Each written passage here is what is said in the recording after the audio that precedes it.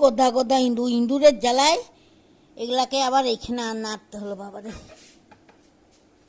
ইঁদুরের জ্বালায় এখানে এনে রাখতে হলো এই ঘরে। বয়ে আনতে হচ্ছে, যা গেছ ইঁদুর এখানে গাছে। জল থাকে নাই, খেতে বসে হাত ধুতে পাই নাই, দিয়ে আবার জল চালালাম। নাই জল চালাতে এলাম।